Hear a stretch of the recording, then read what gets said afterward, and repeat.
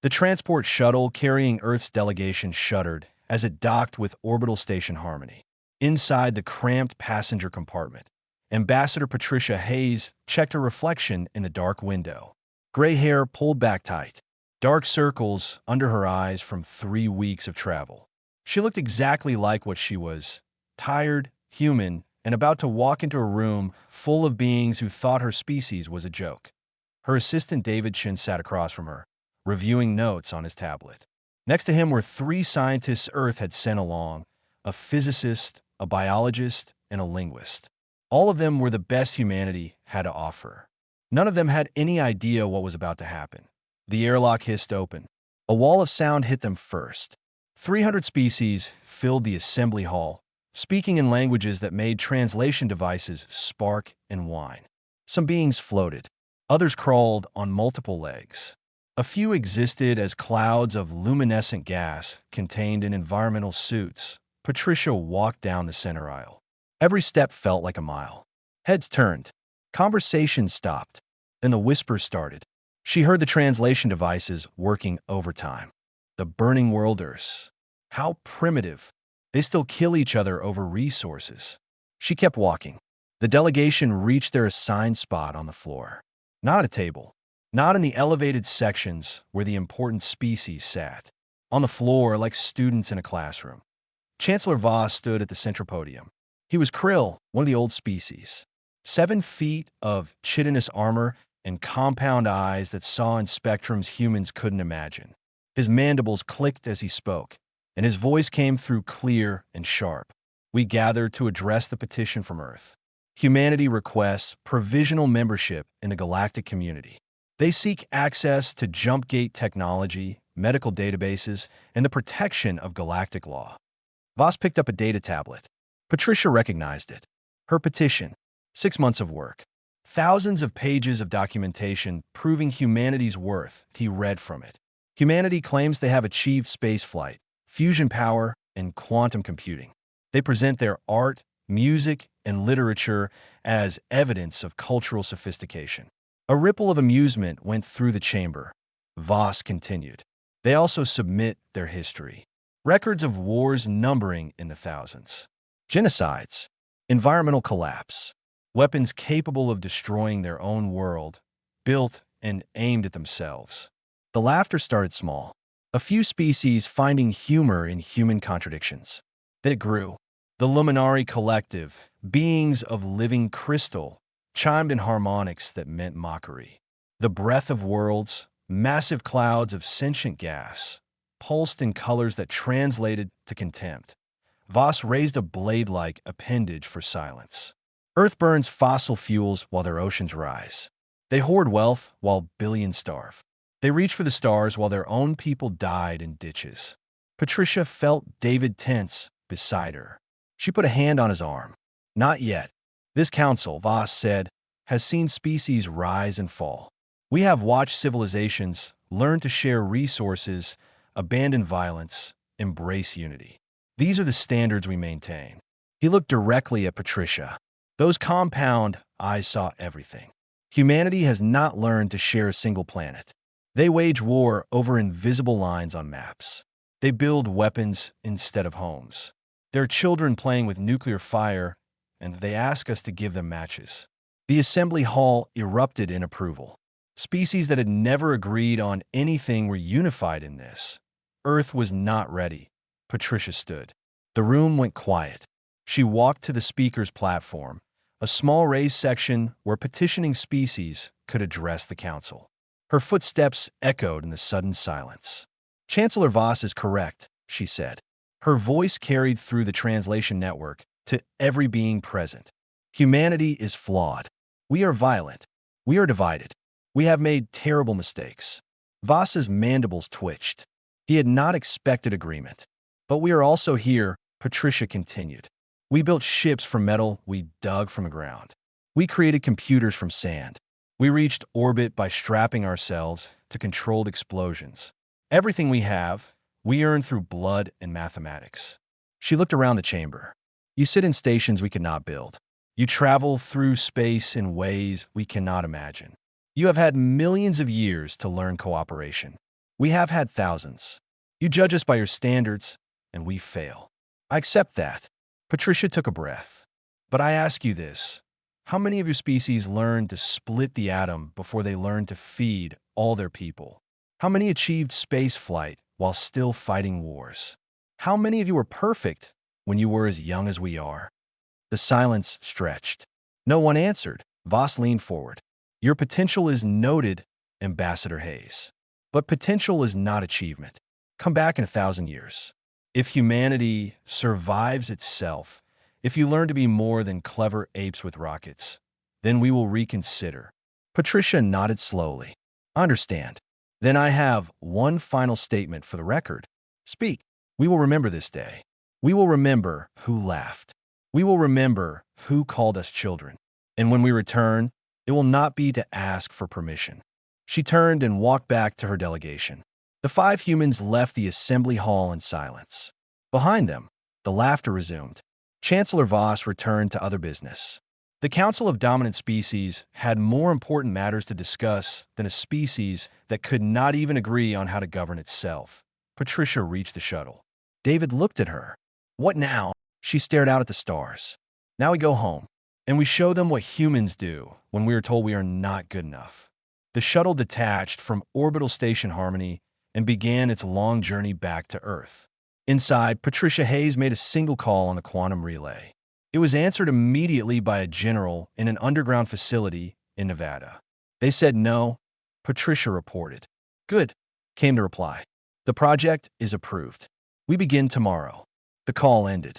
Earth had been insulted. The response would not be mercy. Dr. Raymond Cole hated the desert and got into everything.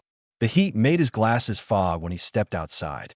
But the Mojave was remote, and remoteness meant secrecy, and secrecy was the only thing keeping this project alive. He walked through the underground facility, past checkpoints manned by soldiers who did not ask questions, level after level, descending into the earth. Finally, he reached the chamber they had carved from solid rock. The Prometheus array filled the space like a mechanical cathedral. General Alice Okonkwo was already there, studying readouts on a dozen screens. She had flown in from Geneva 3 hours ago. Her uniform was crisp despite the journey. Her eyes were sharp despite the lack of sleep that everyone on this project suffered from. Morning, Doctor, she said without looking up. Tell me we are ready. Raymond set down his briefcase. Ready is a strong word. The mathematics work. The simulations are promising. But we are attempting something that the Galactic Council claims is impossible. They also claimed we would need 1,000 years to be worth their time. Alice finally looked at him. 6 months, Dr. Cole. That is what we have given you. Money from every nation. Resources that could have built cities. Tell me it was not wasted. Raymond pushed his glasses up his nose. It was a nervous habit. The Council's jump gate technology relies on folding space. They create a bubble around a ship and move the bubble. It takes enormous energy and requires gates at both ends. I know how their technology works, Alice said. I'm asking about ours. We do not fold space. We tear it. Raymond pulled up a hologram. Mathematical equations floated in the air between them. Imagine reality as fabric. The Council gently pushes the fabric aside and steps through. We cut a hole and jump before it closes. Alice studied the equations. She was not a physicist, but she had learned enough in 6 months to ask dangerous questions. What happens to the fabric when we cut it? It repairs itself. Space-time does not like holes. The universe fixes the damage almost instantly. Almost. Raymond hesitated. There's a brief moment of instability. Radiation, gravity, fluctuations. Nothing that would threaten a properly shielded ship. But the drive components burn out. Not completely. Maybe 30% degradation per jump. We need to rebuild parts of the engine after every use. Alice was quiet for a long moment. The Council's drives last for centuries. Ours last for 1 jump. 3 jumps, maybe 4 before catastrophic failure. But General, our drives do not need gates. We can jump from anywhere to anywhere. Mid-battle, mid-flight. The Council needs hours to charge their systems. Ours charge in minutes. Alice walked to the observation window. Below, The Prometheus array hummed with power.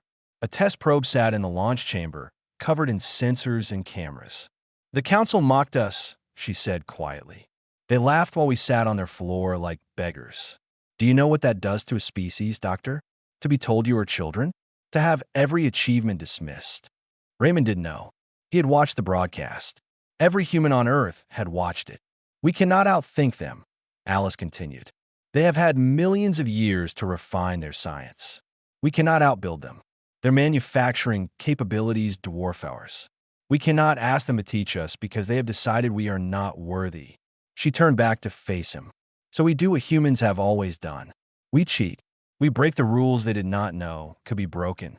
We find the ugly solution that works instead of the elegant one that does not." Raymond nodded. "The probe is ready." Alice spoke into her comm unit. "Control, this is Okonkwo. Begin the test." Below them, the array powered up. The sound was felt more than heard, a deep vibration that made teeth ache. Energy readings spiked across every monitor. The probe began to glow. 30 seconds to jump, a technician announced over the speakers. Raymond watched the numbers. Everything looked correct. The mathematics were sound. But mathematics lived in a perfect world of theory. Reality was messy. 20 seconds. Alice stood perfectly still. Years of military training had taught her not to show fear. But Raymond saw her hand grip the railing. 10 seconds. The probe was burning now, surrounded by light that hurt to look at. Space around it began to distort. Cameras showed impossible angles, geometries that should not exist. 5, 4, 3, 2, 1. Jump. The probe vanished. Not faded, not moved, simply ceased to exist in that spot. Every screen went dark for exactly 2 seconds. Then they flickered back to life. "Receiving telemetry," the technician said. His voice was shaking. "Probe has emerged near Jupiter. Distance, 700 million kilometers. Travel time, 3.7 seconds." The control room erupted in cheers. Scientists hugged each other. Soldiers who had maintained professional silence for months broke into grins. Alice did not cheer. She was reading the damage reports. "How bad?" Raymond pulled up the data. "Engine components at 68% integrity. Exactly as predicted. We can refine the design, improve the materials, but the fundamental limitation remains. Every jump damages the drive. Can we build ships around this? Yes, but they will be different from Council vessels. Smaller crews, redundant systems. Every ship will need engineers constantly rebuilding the drive. It will be expensive, inefficient, crude." Alice smiled. It was not a kind smile, but it will work, and it will be ours. She activated the comm unit again. "Control, begin preparations for a second test. I want to jump to Saturn and back. Let us see how many jumps we can achieve before failure." Raymond started to protest. "General, we should analyze the data first. Refine the approach. One success does not mean, Dr. Cole." Alice's voice was ice. "The Council gave us 1,000 years. I'm giving you 6 months. We do not have time for caution. We need working drives, combat-ready ships, and a fleet that can make the galaxy regret their laughter." She walked to the door, then paused. "Oh, and Doctor, start designing weapons. Railguns, missiles, whatever works with our technology. Because when we go back to that council, we will not be asking for permission." The door closed behind her. Raymond stood alone in the observation room, watching the array power up for another test. The probe was already being prepared for its second jump point 6 months ago. Earth had been rejected. Today, Earth had torn a hole in reality and survived. Tomorrow, Earth would learn to aim. Quilix had been running Crossroads Station for 43 years. In that time, he had seen every type of ship the galaxy had to offer. Krill warships that looked like flying fortresses. Luminari science vessels that were more art than engineering. Even the occasional pirate frigate trying to hide bad welds under worse paint jobs. But he had never seen anything like the vessel requesting docking permission. "Play that again," he told his assistant, a young merchant caste named Pollux who was still learning the trade. Pollux replayed the comm signal. "Crossroads Control, this is the merchant vessel Perseverance out of Earth. requesting standard docking and trade permissions. Quilix's four arms drummed against his desk in a pattern that meant confusion. Earth, that is the burning world, the one the Council rejected. 6 months ago, Pollux confirmed. They do not have jump technology. The journey here should take decades at sublight speeds. Yet here they are. Quilix pulled up the sensor data. The ship was small by galactic standards, maybe 300 meters long. The hull was ugly, covered in overlapping plates that looked like they had been welded on as an afterthought. But it was here, in Crossroads space, where it should not be. He opened a channel. Perseverance, this is Station Master Quilix. Welcome to Crossroads.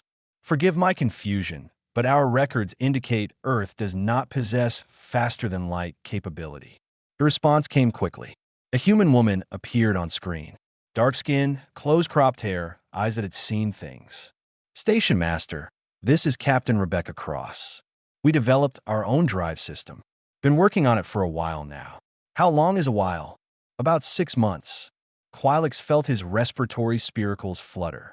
That was the biological equivalent of a human choking. That is impossible. Jump drive theory requires centuries of research.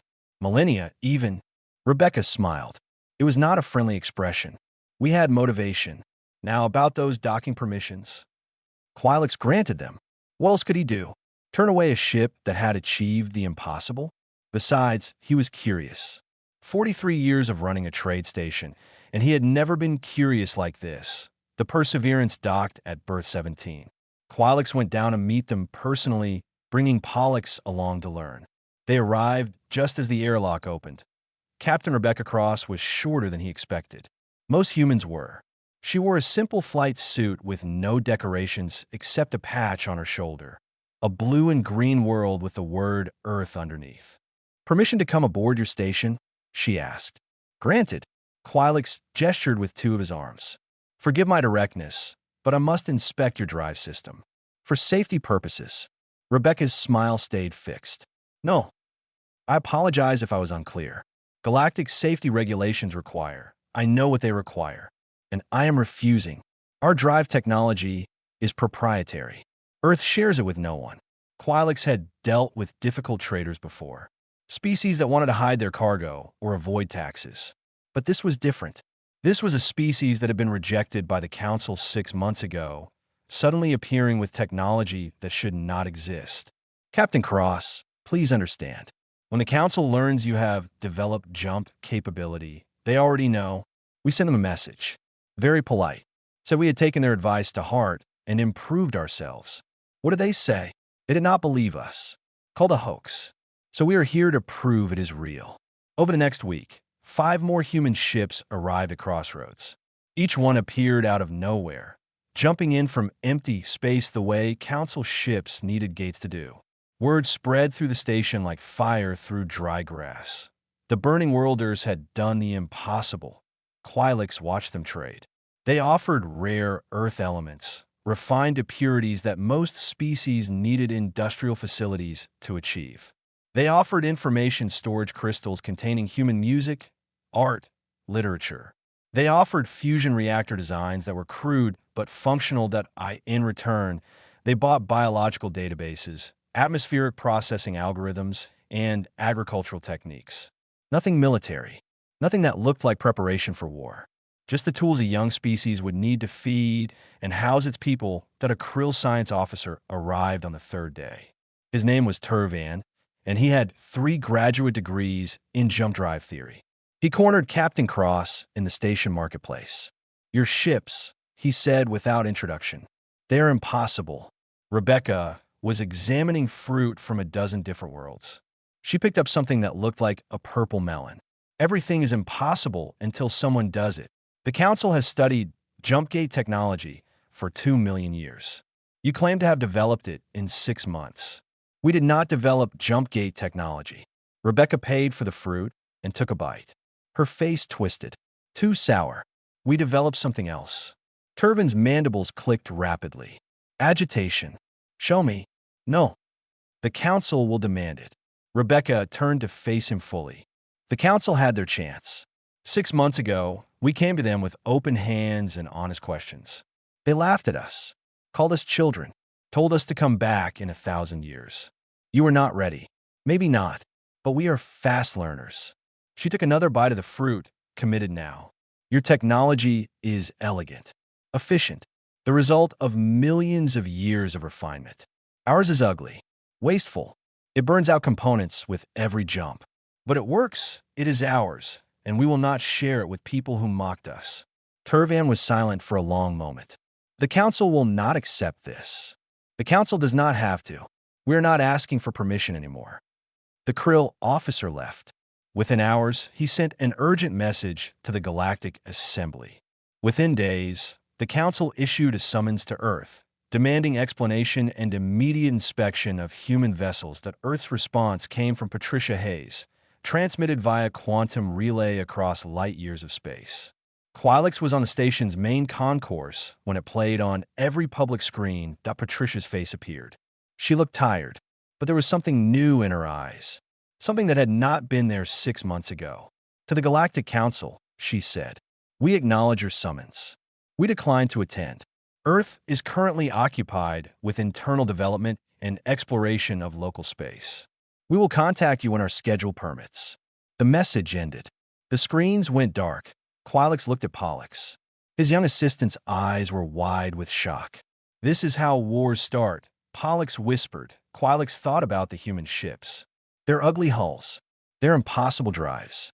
The way Captain Cross had smiled when she refused inspection. "No," he said quietly. "This is how the galaxy learns that humans do not forget insults." The exploration vessel Discovery was 3 days into mapping an uncharted nebula when the Krill warships appeared. Commander Kyle Warren had been reviewing spectral analysis data when the proximity alarms screamed to life. 3 contacts, his sensor officer reported. Krill military configuration. Heavy cruisers. They just dropped out of jump space. Kyle pulled up the tactical display. 3 ships against his 1. The Discovery was armed, but it was a science vessel, not a warship. Its railguns were meant for clearing debris, not fighting battles. "Open a channel," he ordered. The Krill commander appeared on screen. His armor was decorated with marks that indicated high rank and many battles. "Human vessel, you are operating in space claimed by the Krill Hive. Submit to inspection immediately." Kyle checked their position. "Commander, we are in unclaimed space. 7 light years from the nearest Krill border. The Hive is expanding its territorial claims.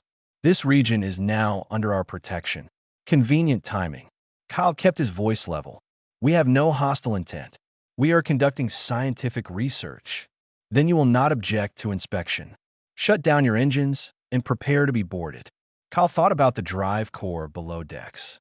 The human jump drive that the entire galaxy wanted to see. The technology that Earth had bled for. "I'm afraid I cannot allow that. Galactic Convention Article 7 guarantees free passage through unclaimed space. Article 7 applies to recognized member species. Earth is not a member. Earth was granted provisional status 2 months ago." The Krill commander's mandibles spread in what might have been a smile. After considerable pressure, the Council made a mistake. "We are correcting it." Kyle felt ice settle into his stomach. "You are threatening a Galactic Convention vessel. We are protecting Hive interests. Disable your engines, or we will disable them for you." The channel closed. On the tactical display, all 3 Krill ships began charging weapons. "Engineering," Kyle called down. "Can we jump?" His chief engineer, a woman named Lisa Park, answered immediately. "Drive is at 82% integrity from our last jump. We can make it, but it will cost us. Cost is better than dead. Plot a jump to the nearest human outpost. Plotting now. 30 seconds to charge." The first plasma lance hit Discovery's port side. The ship shuddered. Alarms howled. Damage reports flooded in. "Return fire," Kyle ordered. "Buy us time." Discovery's railguns spun up. Tungsten rods accelerated to a fraction of light speed. They were not the elegant energy weapons the Council species used. They were metal moving very fast. Simple physics. Simple violence. The first salvo caught a Krill ship across its forward shield. The shields flared, absorbed the impact, held. But railguns did not stop firing. Round after round hammered the same spot. Different philosophy. Council ships fired powerful shots with long recharge times. Human ships fired constantly. The krill shield failed. 3 tungsten rods punched through armor plating. Atmosphere vented into space. 20 seconds, Lisa called out. They're charging for another shot. 2 more plasma lances hit Discovery. The ablative armor boiled away in layers, exactly as designed. It was ugly, wasteful, but it worked. The hull underneath remained intact. 10 seconds. A third krill ship moved to flank them. Kyle saw the tactical problem immediately. In 10 seconds, they would have firing solutions from 3 angles. Discovery's armor could not take that. All power to forward guns, he ordered. Fire everything. Discovery's entire payload launched. Railgun rounds. Missiles with chemical warheads that the Council had stopped using millennia ago. Even their point defense guns, firing in the wrong direction just to add more metal to the storm. The krill ships scattered.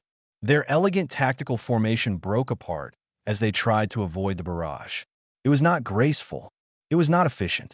It was desperation made manifest. Jump ready, Lisa announced. Do it. Reality twisted. Space folded in ways it was not meant to fold. For exactly 2 seconds, Kyle Warren existed in 2 places at once. Then Discovery snapped back into normal space 3 light years away. Half the crew was vomiting. That was normal for human jump drives. The nausea would pass. Damage report, Kyle managed. Hull integrity at 60%. Ablative armor almost gone. Port railgun offline. Drive at 53% and falling. We need repairs. Kyle looked at the star charts. The nearest human outpost was 4 days away at sublight. Too far, but there was something closer. A Luminari research station. Neutral territory. Set course. Best speed. They limped toward the station, trailing coolant and debris. Behind them, the 3 krill ships did not pursue. They could not.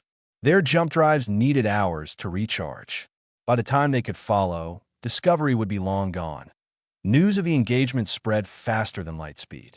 Within 6 hours, every species with a quantum relay had heard. The humans had fought 3 krill heavy cruisers and survived. Within 12 hours, 6 human warships arrived at the krill border. Not invading, not attacking, just waiting. A line drawn in space that said, "Come no further." The krill tested it. Of course they did. 3 battle groups, 9 ships each, jumped to human positions across a dozen systems. Each time, human ships appeared within minutes. Not from gates. From nowhere. Jumping in, firing, jumping out before the krill could respond. The battles were not honorable. There are no formations, no formal challenges, no rules of engagement. Human ships appeared, emptied their weapons, and vanished. They targeted engines, life support, weapons systems, anything that would cripple without destroying. After 2 weeks, the krill had lost 27 vessels. Not destroyed, disabled, drifting in space, waiting for rescue. The humans could have killed them. They chose not to. That was almost worse. Humanity lost 3 ships. 15 more were damaged. The difference was simple. Human ships could jump while under fire. Krill ships could not. Chancellor Voss called for an emergency galactic summit. Every species was required to attend. This time, Earth sent a fleet of 20 warships. They did not ask for permission.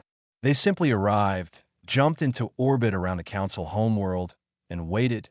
Patricia Hayes took a shuttle down to the surface. She walked into the assembly hall alone. No delegación, no cientistas.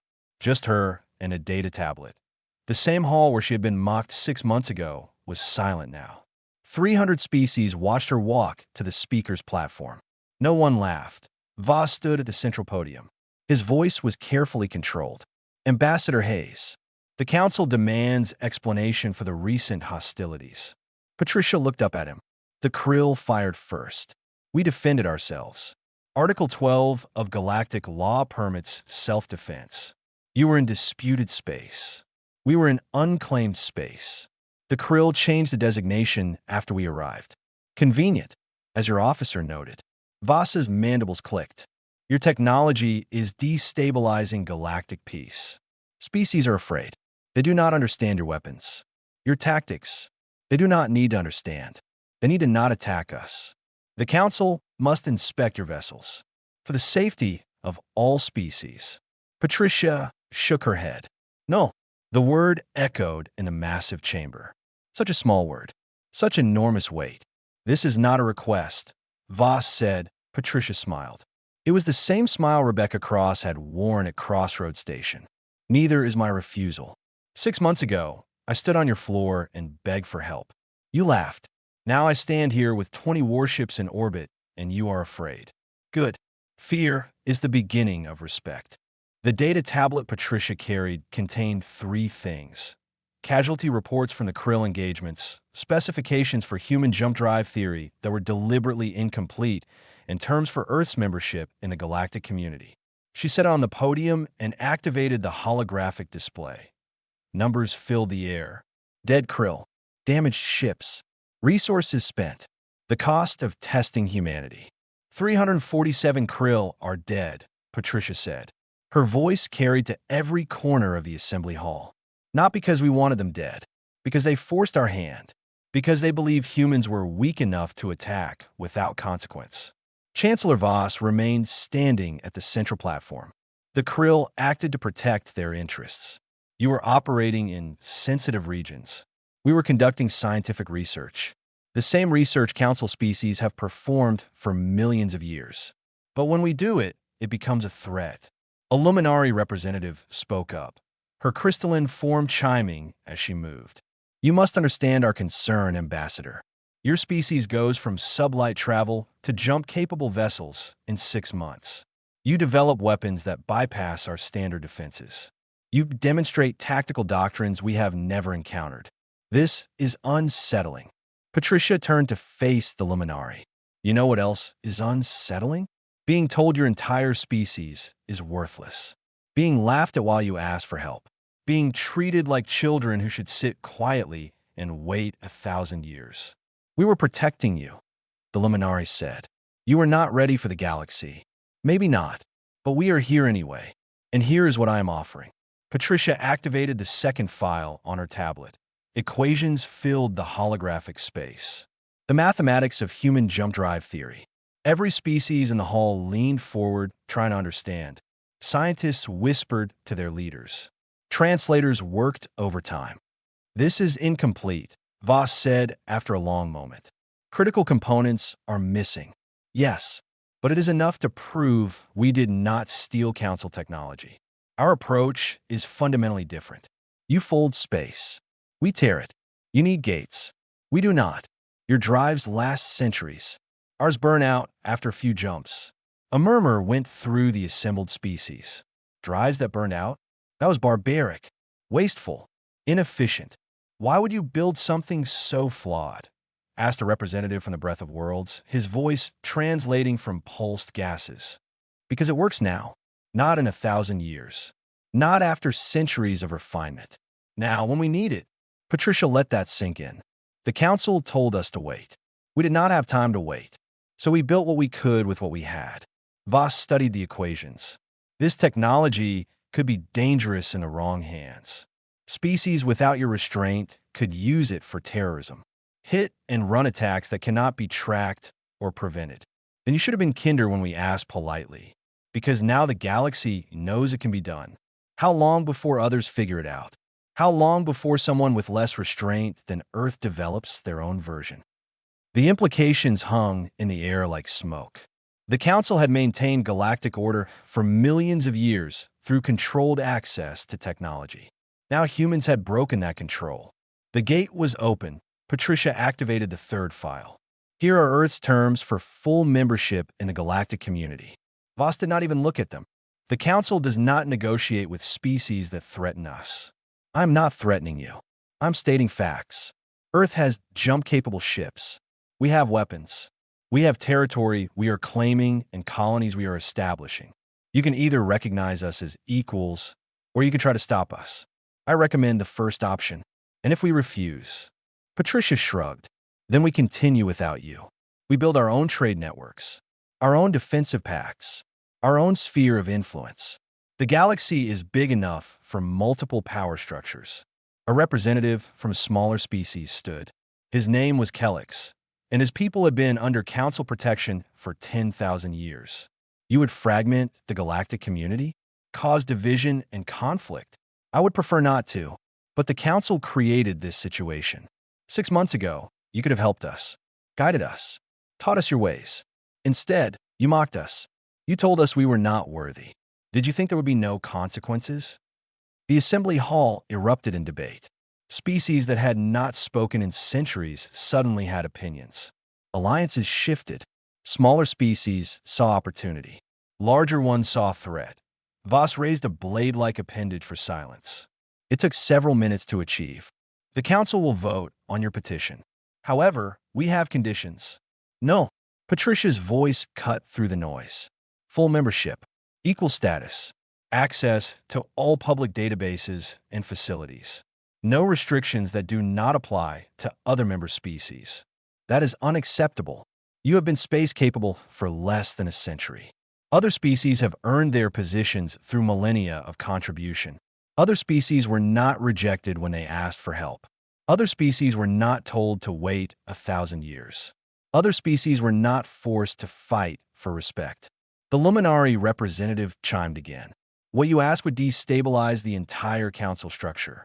Species that have waited patiently for recognition would demand the same treatment. Then give it to them, or admit that the council is not about merit. It is about power, about old species controlling young ones, about maintaining the status quo because change is frightening. Voss was silent for a long moment. His compound eyes studied Patricia, looking for weakness, for uncertainty. He found none. You would truly walk away, build your own networks, risk war with the council.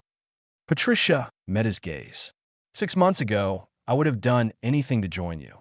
I believed in the dream of galactic unity, of species working together. Then you laughed at me. You call my people children. You taught me that the council respects strength, not virtue. She picked up her tablet. So yes, Chancellor, we will walk away if we must. We will build our own path. We have already proven we can do the impossible. What is a little more? Voss looked around the assembly hall, at the 300 species watching, waiting. The vote would be close. Too close. The council will deliberate, he said finally. We will reconvene in one standard day with our decision. Patricia nodded. I will be waiting. So will my fleet. She walked out of the assembly hall. Behind her, the debate began in earnest. The galaxy was changing.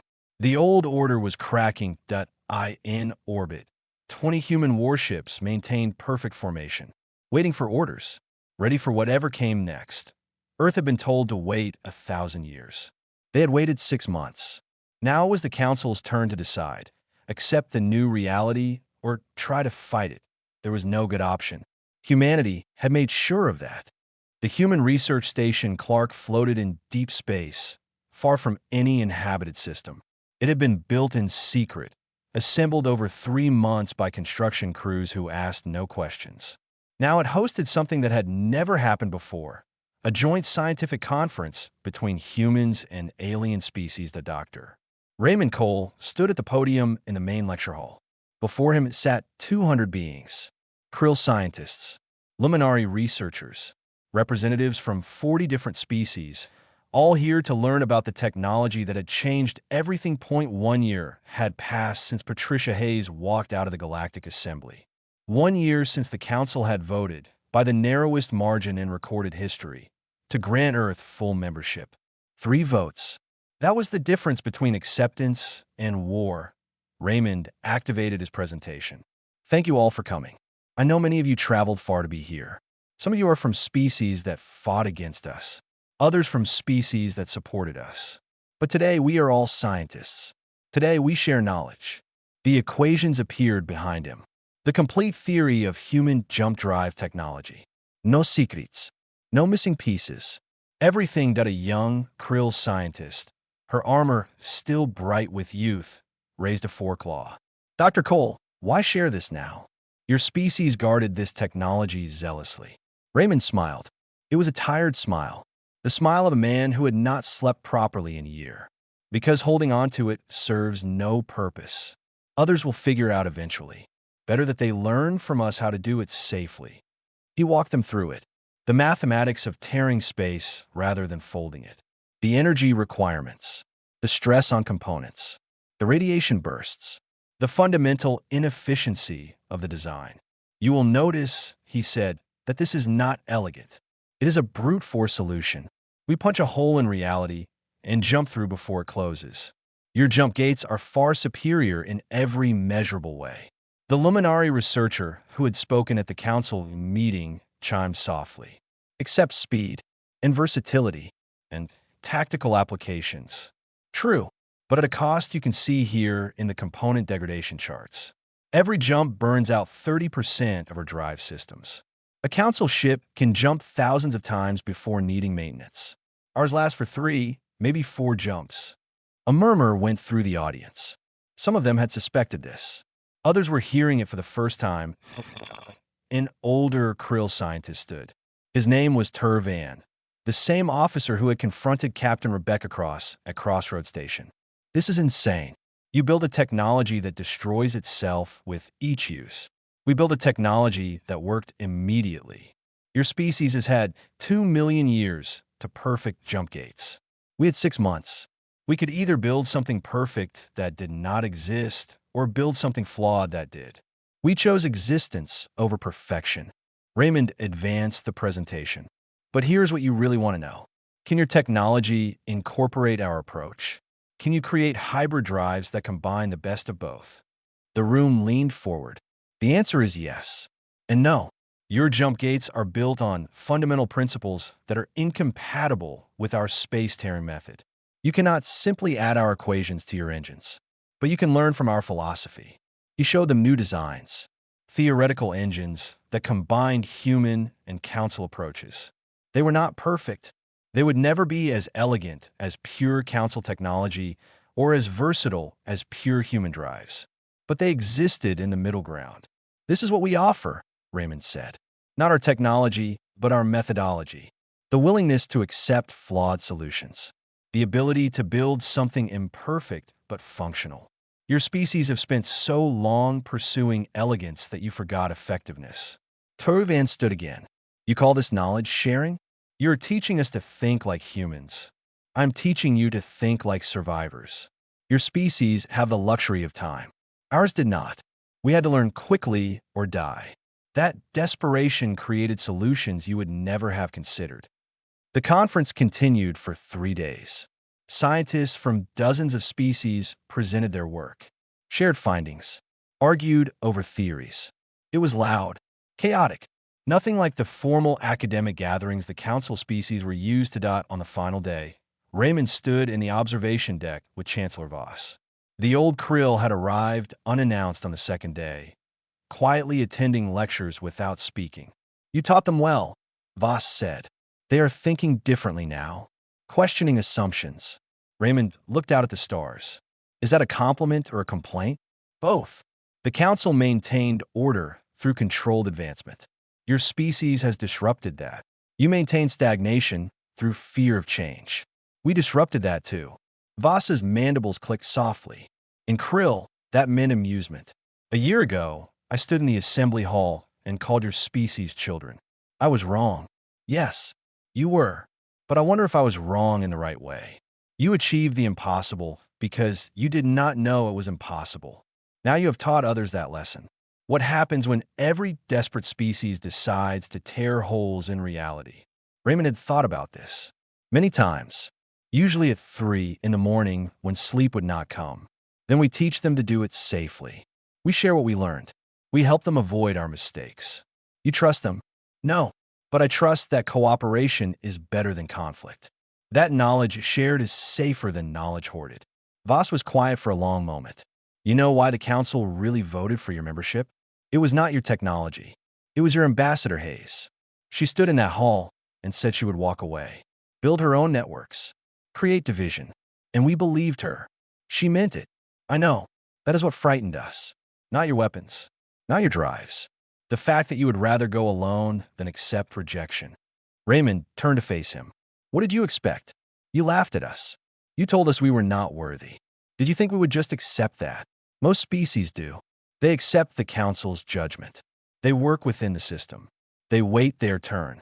Most species did not spend 6 months building impossible technology because someone told them they could not. Voss's mandibles spread in what might have been a smile. No, they did not. Patricia Hayes entered the observation deck. She had been attending the conference as Earth's official representative. She nodded to both of them. The final session is about to begin. They wanted both there. Raymond and Voss walked with her to the lecture hall. As they entered, 200 beings stood in respect, not just for the humans, for all of them, for what they were building together. Patricia took the podium. 1 year ago, Earth was rejected. Today, we share our knowledge freely, not because we have to, because we choose to. This is what membership should mean. Not gates kept, not secrets hoarded, but knowledge shared and species working together. She looked directly at Voss. The Council taught us many things, some intentionally, some by accident. They taught us that the galaxy respects strength, that technology is power, that pride comes before fall. Voss stood, and you taught us that desperation breeds innovation, that young species should not be dismissed, that the galaxy has room for new approaches. Patricia nodded. So here's what we propose. Earth will share its jump drive technology freely. In return, we ask that the Council reform its membership protocols. No more 1,000-year waiting periods. No more laughing at desperate species. The hall was silent. Judge species by what they achieve, not by how long they have existed. Help those who ask for help. Build a galaxy where knowledge flows freely. Voss's mandibles clicked rapidly. It took Raymond a moment to recognize the pattern. Laughter. Real laughter. You win, Ambassador Hayes. The Council will consider your proposal. No, Patricia said softly. We all win, because this is not about Earth anymore. It is about building something better than what came before. In orbit around the station, ships from 36 species floated in peaceful formation. Human vessels with their ugly, functional hulls. Krill warships with their elegant armor. Luminari science ships that looked like sculptures. 1 year ago, they had been enemies. Today, they were colleagues. Tomorrow, they might be friends. Earth had been told to wait 1,000 years. They had waited 6 months and changed the galaxy forever. Not through conquest, not through domination, but by refusing to accept that impossible meant impossible. The Council had mocked Earth.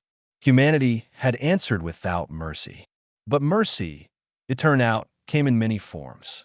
Sometimes it looked like war, sometimes like defiance, and sometimes mercy looked like forgiveness, like sharing knowledge with those who once rejected you, like building bridges instead of walls. Patricia watched the stars and thought about the long journey ahead. Earth was no longer alone, no longer rejected, no longer waiting for permission. The galaxy would never be the same, and that, she thought, was exactly as it should be. Share.